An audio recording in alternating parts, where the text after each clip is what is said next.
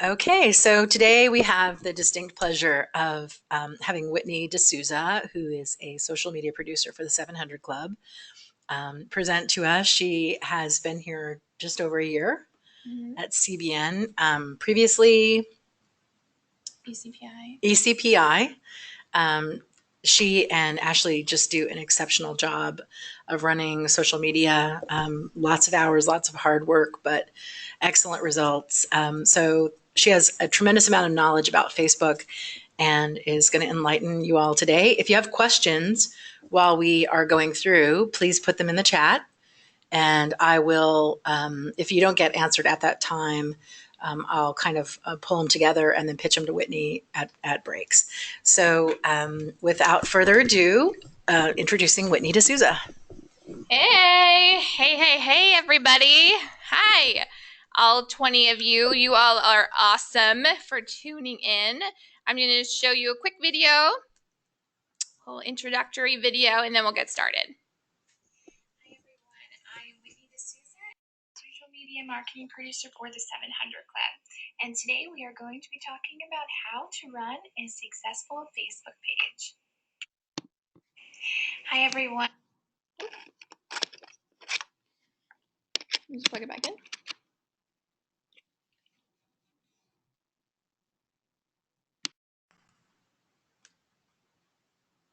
Okay, can you hear me? We good? All right. Okay, so that was me. Okay. Let's get started here. Presentation mode. There you go. We are going to talk about how to run a successful Facebook page. The objectives for today are: one, learn how to utilize the insights on your Facebook page, learn how to formulate a page strategy, and lastly, learn how to strategically create content designed for your page. Utilizing Facebook Insights is very important. In order to be successful in your social media endeavors, you must first understand two things. We need to understand who we're talking to. We simply cannot just talk at our followers, but we have to talk with them. And in order to hold a conversation with them, we must first know who we're talking to, just as we would in everyday life. Next step, your page and audience will continually change. So with Facebook Insights, it's really important not just to look at them at first when you first begin, but to constantly look at them, because they're gonna change. People are gonna fade in and people are gonna fade out. On any of social platform that you use, you'll find these audience insights, so you can really begin to dig deep into who exactly you're talking with in order to develop your page strategy. Audience, as I just said, audience will vary from page to page and platform to platform. There's no one audience across all social platforms. Your Facebook audience will vary from your Twitter audience. You're talking to different people, and it's important to know who they are. All right, so first step, we'll dig into these insights just briefly. We're going to look at the people portion on your insights page. Anybody who has access to a Facebook page, managing it, has a business manager access, you'll be able to see these insights on your page. First, we can take a look at your fans. So you'll want to go to your Facebook Insights, and you'll just click the people tab or portion on the left-hand side, and you'll get this pretty box here. It's filled with numbers, but the most important is just to really get a glimpse of who follows you or likes your page. For the 700 Club, 62% are women, and we can see that 38% are men. And our largest group for women is 25 to 34. That's our age range that we're talking to. And then the highest for men is 18 to 24. As you can see here, we have a large following for the US, and then the Philippines is right under it. And then you can get a breakdown by country, by city, by language. You can really see how many people you're talking to from all over the world. If you click up here on the next portion, you can see people engaged. So I like to monitor both portions. So this is who likes your page, but not necessarily everybody who likes your page will engage with your content. If you click on the people engaged here, this gives you a breakdown of who you're talking to specifically. So as you can see, it varies a little bit. We have 74% of women engaged and only 25% of men engaged. And the age range is a little bit skewed as well. It's still the same for women, 25 to 34, 14% of them. That's our highest range. And then for the men, it goes up a little bit. It's 25 to 34. So I really focus on this portion because these are the people we're already talking to. So this gives me a good idea of who to create content for, who to keep their attention. These are great tips to know to really understand who you're talking to. Okay. Okay, Whit, we have a question. Chris Gamble asks, how do you determine how much you talk to the audience you do have versus the audience that you want? Realizing who you're reaching isn't totally who you want to reach. So can you just talk a little bit about that? Right. It's always important to keep in mind who you're talking to because we want to keep them happy so they don't go away. But also, this actually goes back down to a content strategy. But you're absolutely right. You will want to start to put in types of content that will attract a new audience and a bigger audience. But at the same time, you want to kind of nurture the audience that you have. You don't want to lose them and create the shock effect and just create content for the people that you want. You also want to nurture your current audience. So, and that will be addressed when we get into content and creating your content strategy. You can begin to tweak your page a little bit and your content to appeal to a broader audience and not just your current audience. All right. Okay, next step is reach.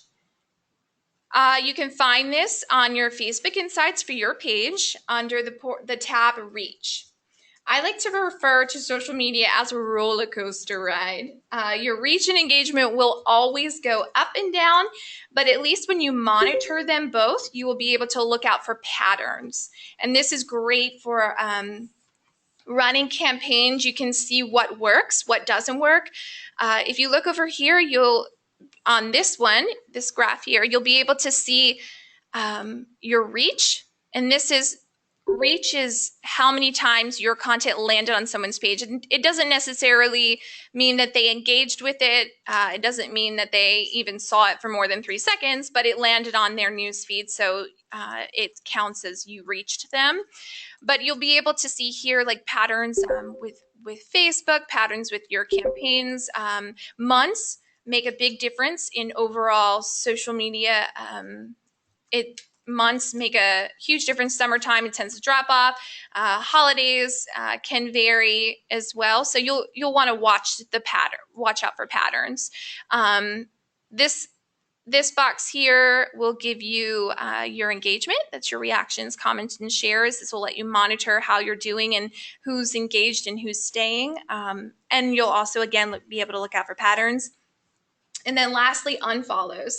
This will let you really keep an eye on whether your content is resonating, whether you're inundating your followers with too much content, and whether you're feeding them the right type of content that they want to see. Because if that kind of spikes up, then you know something needs to be adjusted. So because we don't want unlikes. How often do you recommend that people, the social producers, review their insights? So insights that's a good question. I would say no less than a month for these specific insights. They'll change weekly, but you can really get a good grasp monthly. I'm usually in there quite often, but a month is about a good time frame to reevaluate your insights and make sure you're on the right track. Okay. All right, next step under insights are your posts. Here we can find out what post times and what post types work best for your page. We have a quick question, just jumping back to insights. So someone's asking, can you comment on which of the insights is most important or most often reviewed by you? Is there one that you look at maybe over the other to see? Yes, and that brings me to where we are right now. Great question.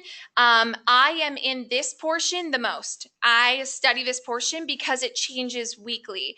The portion that I just showed you, the reach and the people, they can take a little bit of time to see a substantial growth. It's good to monitor it though frequently, but this portion right here, the post portion, is what I monitor on a weekly basis, as you should also. So I'll just begin to show you. This is a live shot of our insights, just using the 700 Club as an example to really show you how to look at it.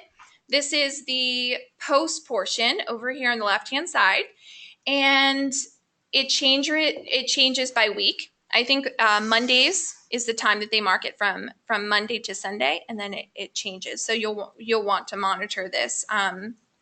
It's really cool because this gives you the exact time that your audience is on. So this really tells you when it's important to post and what times will give you the highest chance for engagement. So without highlighting on any numbers, this is kind of your average.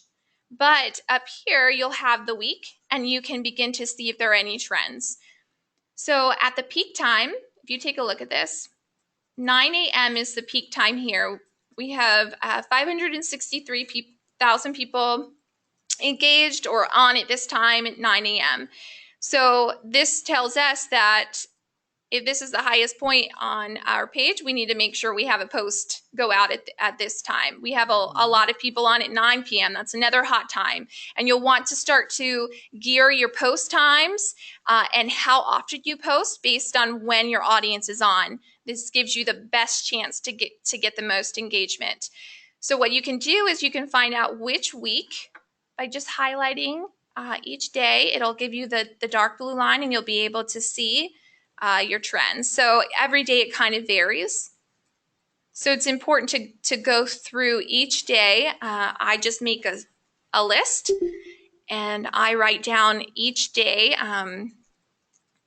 and keep a list for when the hot times are. So I make sure that our content is always on track with when our followers are on.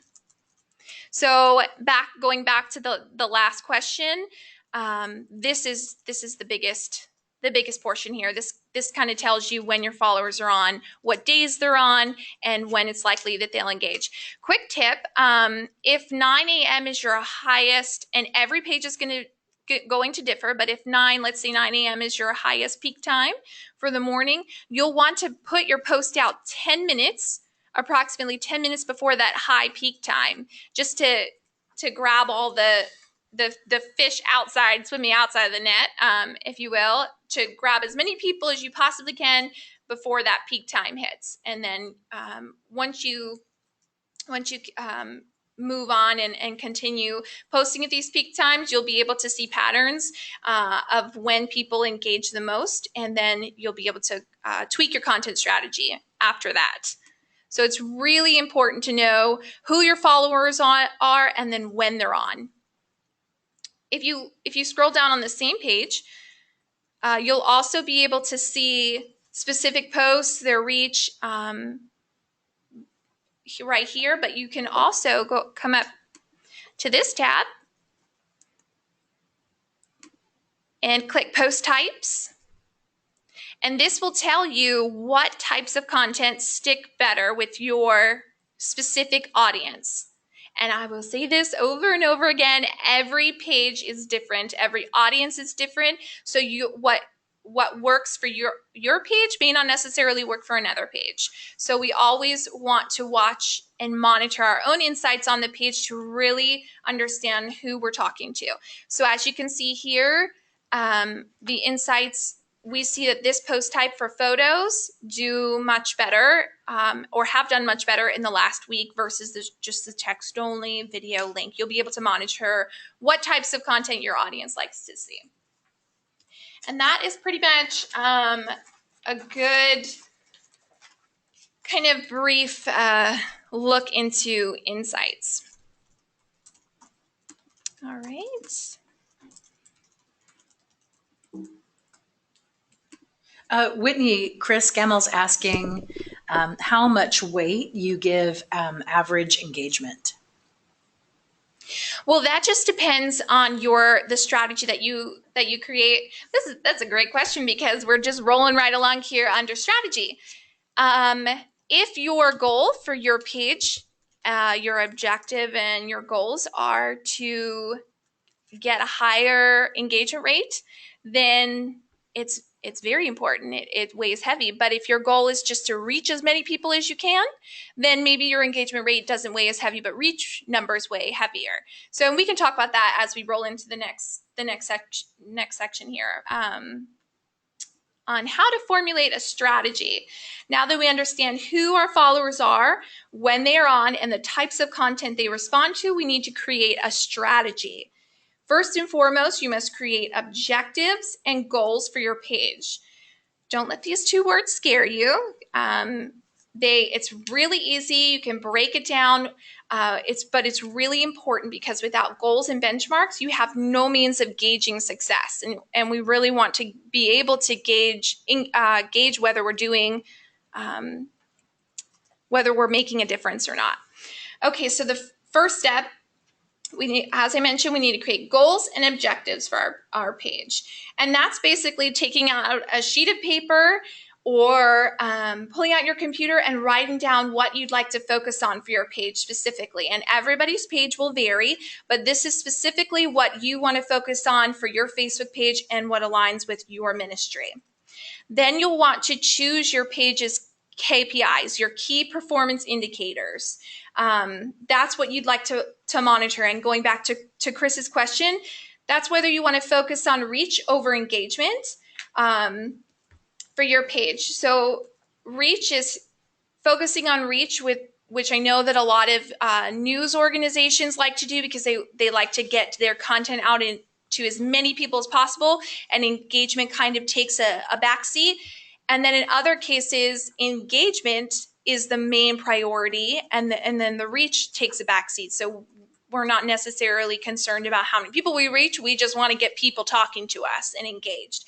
So that's what you need to decide when you write down or begin your strategy on what these key performance indicators, what are you going to focus on for your page? Then you'll want to determine which platforms can help you achieve those KPIs, which ones make sense for your particular ministry. I know we're talking about Facebook today, but you can also, when you're creating your strategy, think of other platforms that may help you and kind of coincide with Facebook for your ministry. So you want to choose those as well when you're creating your strategy. Hey, Whit, just really quickly, can you talk a little bit about what Facebook reach looks like now, organic reach, like what percentage of your audience you might be reaching if you're not supported by a budget to reach more? Yeah, typically it's really good to reach. Are you referring to engagement versus reach? 5%. What percentage of your audience do you think you're reaching at any one time? Like if you've got 10,000 followers. Oh yes, reaching? Yeah. If you have, let's say, 1 million followers, you're only really reaching without any paid support. You're really only reaching between 5 to 10% of the actual audience. Mm-hmm. So you'll need to keep that in mind when you create your engagement goals or your engagement numbers. Mm-hmm. Unfortunately, you're limited without any paid support. You're limited, but you can still try to create that following and work on engagement. That's why focusing on engagement is really important because you can kind of keep the people following interested and engaged, and while also looking to reach a new audience. Okay, lastly, number 4 is determine your page post frequency. You'll want to determine how many posts you'd like to make on the specific platform in order to garner the best KPIs that would meet your objectives and goals the best. And then once you have a clear understanding of what your goals and objectives are, then you can begin to create your content strategy, which is what I love too. But it's really, really, really important to have a strategy, to know who your audience are, see when they're on, see the types of content they like, and then formulate your strategy. Find out how you're going to do it, how often you're going to do it to get the most bang for your buck, to get the most people looking at your content and engaging with your content. So that brings us to our last section, and that is begin creating content design specifically for your audience. Now let's focus on maximizing your content engagement potential. So first step would be, a tip to mix it up. Prepare different types of content with your page, i.e. text-only posts, graphic posts. We showed you the insights that tell you whether your audience likes video, whether your audience likes graphics or pictures. You'll want to have a good mix of those posts so that you're not seeing the exact same thing on the exact same day. Eventually it'll get old, and it's just like, if you were to eat the same food every single day, you're going to get tired of it. And eventually, you're not even going to want to offer it to anybody either because you are tired of the food. So it's the same thing with your audience. You don't want to feed them the same thing every day. You want to mix it up, keep it fresh, keep it new, and keep in mind who and when you're talking to them.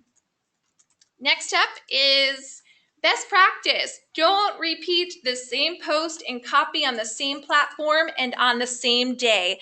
Change it up. This is one of the biggest things that I think social media managers and producers get a little confused.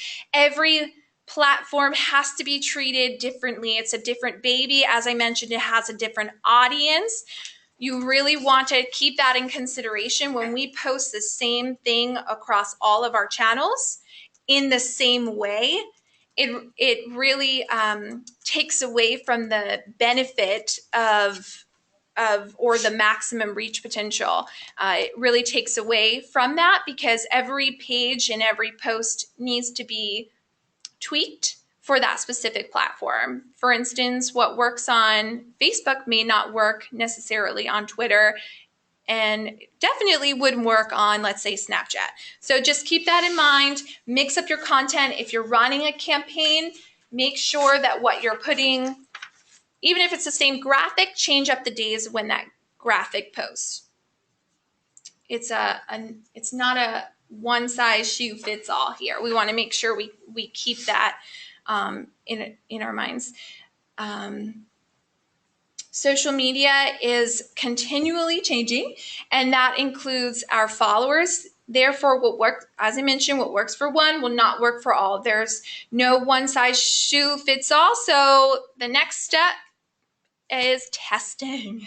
Testing is key to determining what's best for your particular audience. We want to test different types of content at different times until you find what your audience responds to at that specific time. For instance, a graphic image may work best for your audience in the afternoon, and text-onlys may work best in the morning, but you won't know unless you test it. And a good time wait period for testing, I gave you here a week. If you post a themed post every week, you'll want to do it for about a month, so 4 times before you determine if it's good to keep it or if it's bad to switch it up. Daily posts, if it's something that you post every day, let it go for a week before you change it up and say it's not good, because usually audiences will take a little bit of time to get used to something. So you want to give it a little breathing room before you throw it out the window and say it just doesn't work. So just keep that in mind. During testing, be consistent. Just like a baby needs consistency, our followers do too. We just need to treat them like babies and just make sure we give them what they want to see at that specific time. A lot of times what the greatest compliment would be is that a follower comes to your page to see something that you post at a specific time each day. So themes are really great. The consistency is good, but you also have to remember to not go overboard and switch things up, mix it up for your followers. All right. Hashtags. Hashtags are a great a great branding tool that allows us to be creative and consistent. Use them. Don't be afraid to use them. The amazing thing is that your hashtags can be anything and everything. Be creative and be consistent. You can create themes. You can even create themes into days and make it trendy and creative, and then track them and be consistent with them. The recommended amount for Facebook is 1 to 2, Twitter 2 to 3, and Instagram 11. 11 is the magic number on Instagram for hashtags. I have no idea why. You can research to find out, but 11. A website that you can use to monitor how your hashtag is doing, see who's talking about it, is hashadit.com. This is a great tool that you can use, especially if you're running a campaign. It's free, and you can monitor your hashtag's performance that way. Can you talk a little bit about hashtags and the importance of having a proprietary hashtag? Yes, so it's important to have hashtags that everyone is using, but for specific campaigns, it's really important to specifically brand your hashtag, to have a proprietary hashtag. You'll want to, like, for instance, our campaigns, we will throw CBN at the end. For Week of Prayer, CBN is the hashtag that one of the hashtags that we've used. And throwing CBN, just a little side note, throwing CBN at the very end of your hashtag is much better than throwing it at the beginning, because if you were to go into a search box and type Week of Prayer or just Week of, you'll start to see other hashtags, and you could get into the conversation of other people's posts before you actually hit the CBN part. But if you start with CBN, then you're really only going to see the CBN. You're limiting it. So it's really, really important to brand your hashtags, because you want to be able to track them. You want to be able to narrow down specifically that these are the people that are talking. These are our followers engaging with this content. Yeah, so other engagement devices that we can use are call to actions. Call to actions that are designed for your audience and how they typically respond to your posts. So this is another reason why you should definitely dig into your insights. You can see how your audience responds. So if your audience likes to like things, if your audience likes to comment on things, or share, you'll want to gear your call to actions based on how your audience responds. So if your audience, if you notice that they comment a lot, like if they comment amen a lot on your posts, I've seen that across many platforms where they'll just type amen. Well, they like to comment. So give them reasons to comment, and just give them a different thing to put in the comment, or ask them questions, or make it really simple and really easy. And if you're having them ask a question, give them the answer. So you can ask them, is the sky blue? Type yes or no in the comments, or type 1 to 3 in the comments. Give them specifically the answers. The easier you make it for them to do it, the more likely that they'll do it. Just another side note, encouraging sharing will increase your reach numbers, and encouraging commenting and or liking, it will increase your engagement numbers.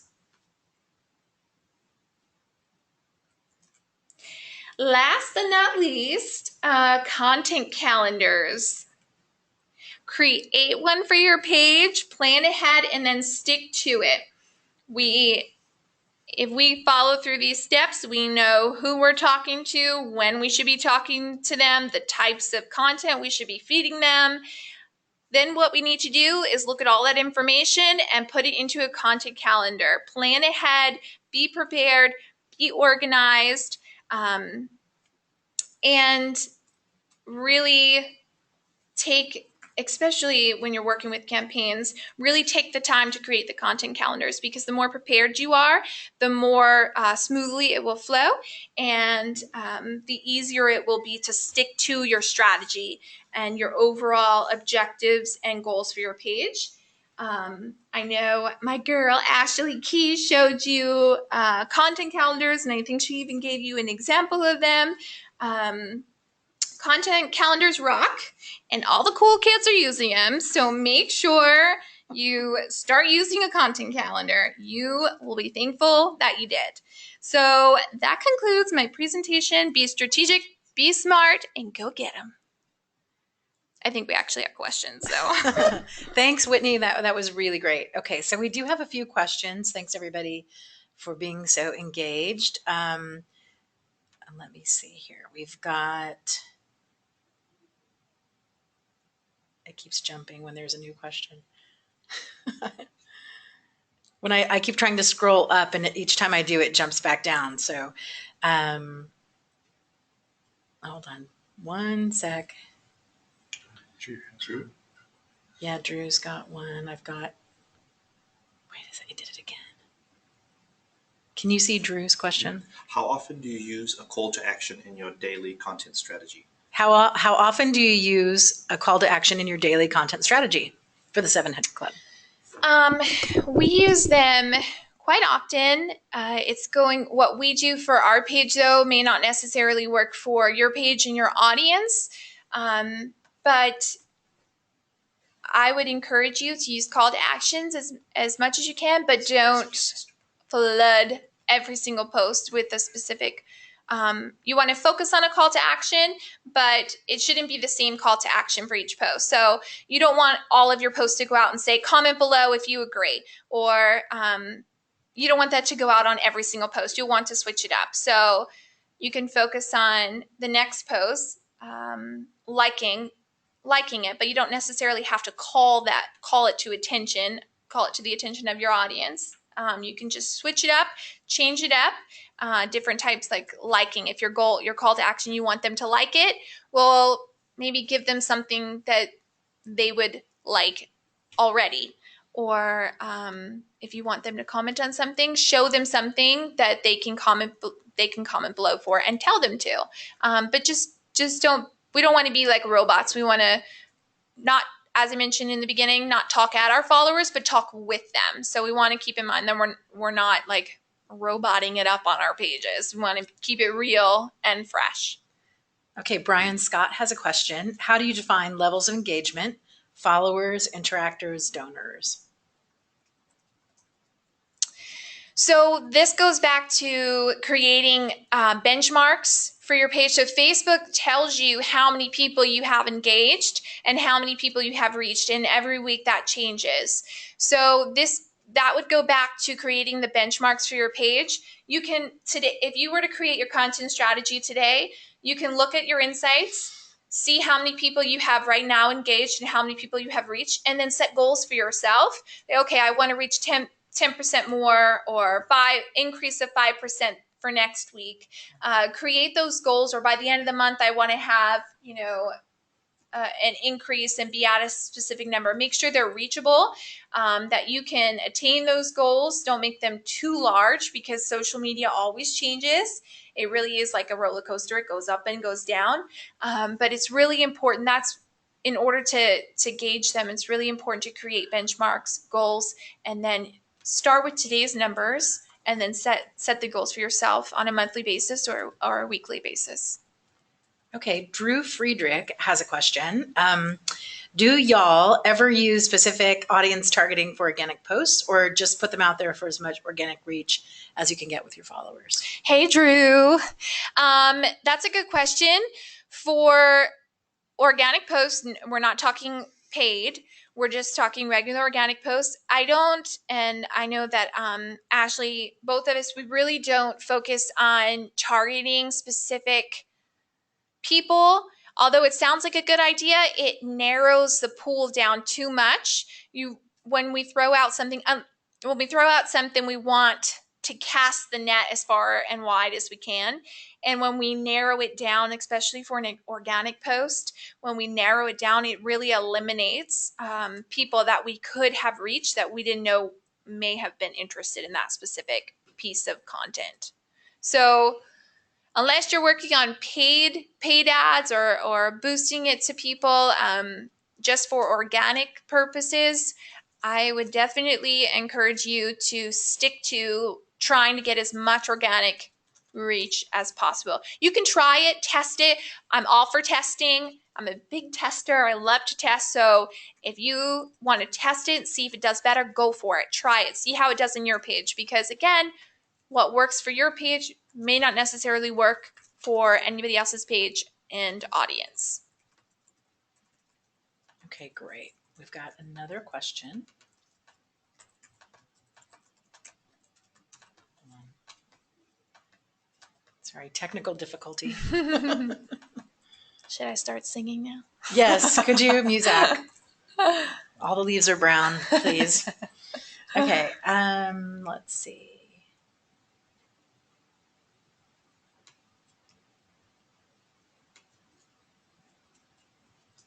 So Chris Gemmell asks, for ministry properties, how does the average engagement, where does it keep going?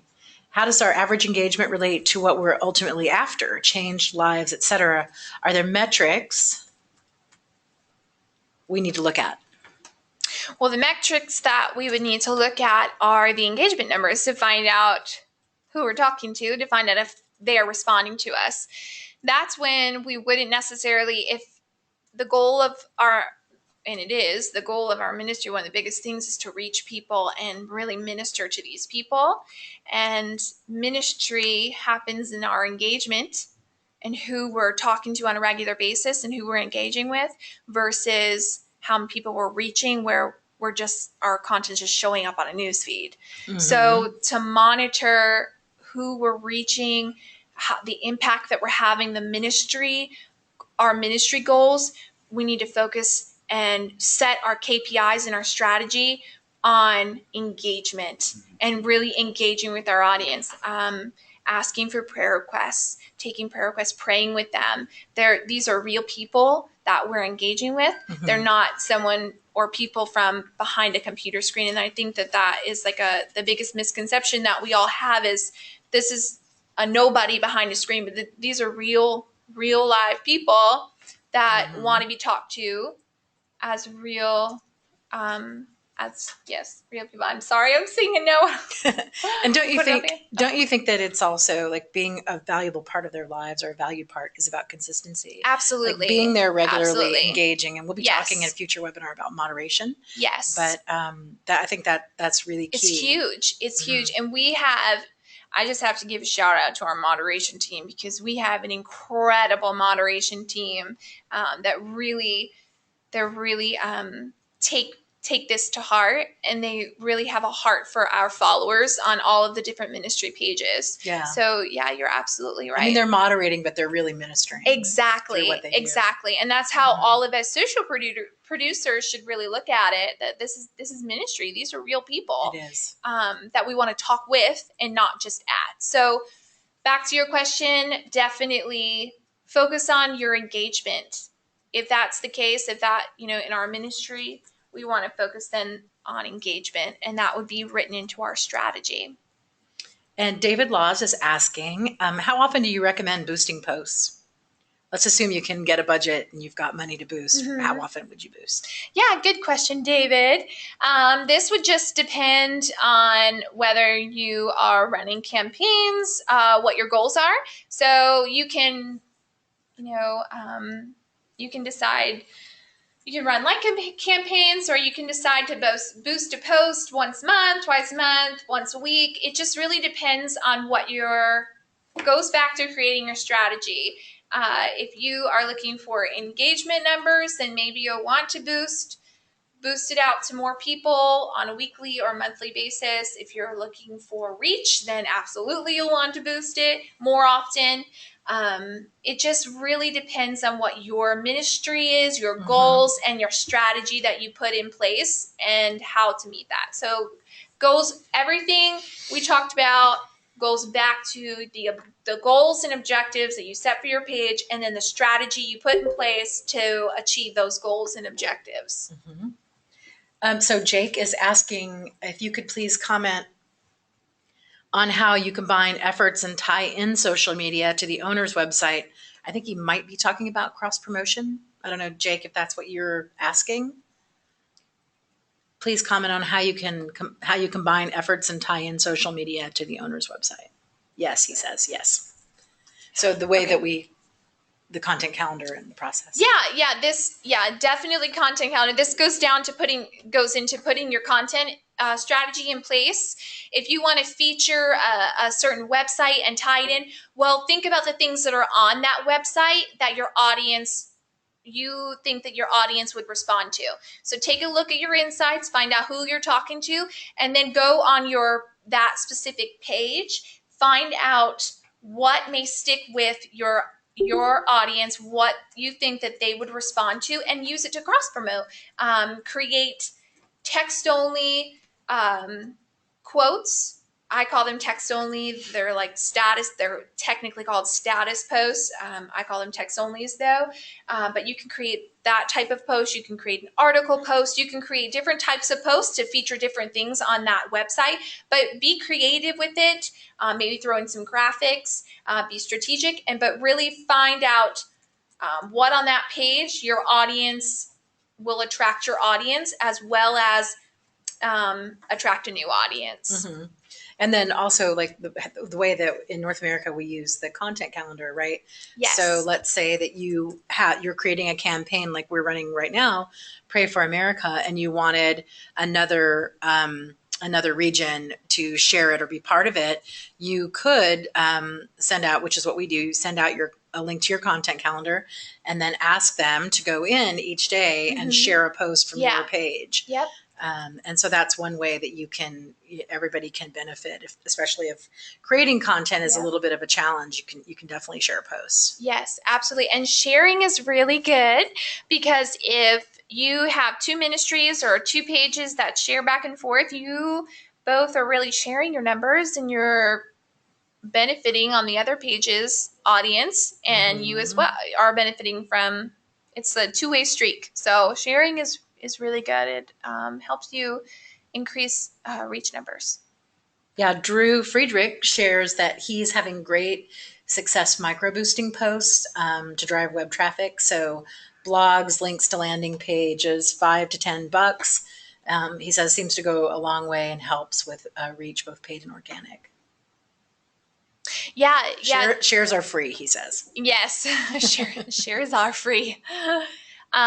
Yes, that's a great strategy, Drew. A great tool that you can use to really start to build up your engagement. That's great if your goal is to really build up the engagement that's happening on your page, because the more people that engage, the more chances your content will appear on more people's pages. So Facebook, when you have a large amount of people engaging, that tells Facebook, okay, these people want to see your content and they want to engage with your content. So we'll stretch it out, your borders out a little bit. And the more people you get engaged, the more reach will go up, because you'll get to keep them engaged and get a new audience, because if they're engaging, then their followers are seeing it, and it trickles down from there. So yes, that's incredibly important. So good job, Drew. Okay. If there are no other questions, Ashley's saying she has audio problems. Hey, Ash. Hopefully she'll be right back. Let's just check the connection. Okay, I think we look good. So it is time now. It is time now to announce our winner for today. So drum roll. Congratulations, Shola from Senegal. Yay! You are the winner today. I know David sent you a link so you can watch the recorded webinars, the other two that we've done. This is our third one on the YouTube channel. And then what you've won today is a 30-minute session with Whitney to ask anything and everything that you ever wanted to know about social media. You can talk about your strategy or questions you have, or emerging platforms, fashion, whatever it is that you want to talk about. So congratulations, Shola. Congratulations. Okay, everybody, thank you so much. We'll see you again. Watch for the invite for the 4th webinar coming up.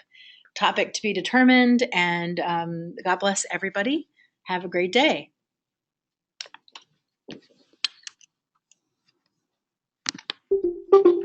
Yeah, stop recording. Great job. Oh, thanks. Whitney's good. It's easy. I thought